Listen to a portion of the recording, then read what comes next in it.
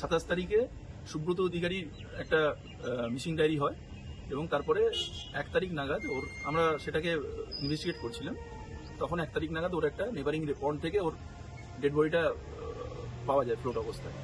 তারপরে আমরা একটা ইউডি কেস স্টার্ট করি এবং যেগুলো আমাদের এসওপি মেনটেন করে সেইভাবে ব্যাপারটা এগোচ্ছে। সেখানে পোস্টমর্টমের সময় আমাদের ইও এবং মৃতের যে নিকটাত্মীয় তার প্রেজেন্সি পুরো পোস্টমর্টম কন্ডাক্টেড হয়, মোস্ট লাইকলি তার ব্রাদার ইন ল, এবং সেখানে যিনি আমাদের অটোপসি সার্জন তিনি ভার্বালি ওপাইন করেন যে death is most likely due to accidental drowning এবং ওখানে স্টোমাকে এটা অ্যালকোহলের পাওয়া যাচ্ছে প্রেজেন্স। এবার তারপরে আমরা অন্য যে সমস্ত অ্যাঙ্গেল অ্যাসপেক্ট সেগুলোকে আমরা এক্সপ্লোর করছি।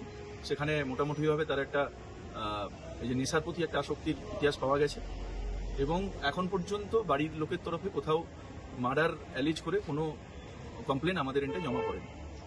তারপরেও যেহেতু এটা হিউম্যান লাইফের লস হয়েছে, আমরা নিশ্চিতভাবে খুব রিলিজিয়াসলি মেটিকুলাসলি আমরা সমস্ত সম্ভাবনাগুলোকে খতিয়ে দেখছি এবং আজকে যেমন 2 তারিখে আমরা তার যে ফোনটা সেটা ওই ফোন থেকে আমরা রিকভারি করছি এবং এটা সেইভাবে এগোবে, যেটা ফাইন্ডিংস থাকবে উইল কিপ ইউ আপডেটেড। ঠিক আছে।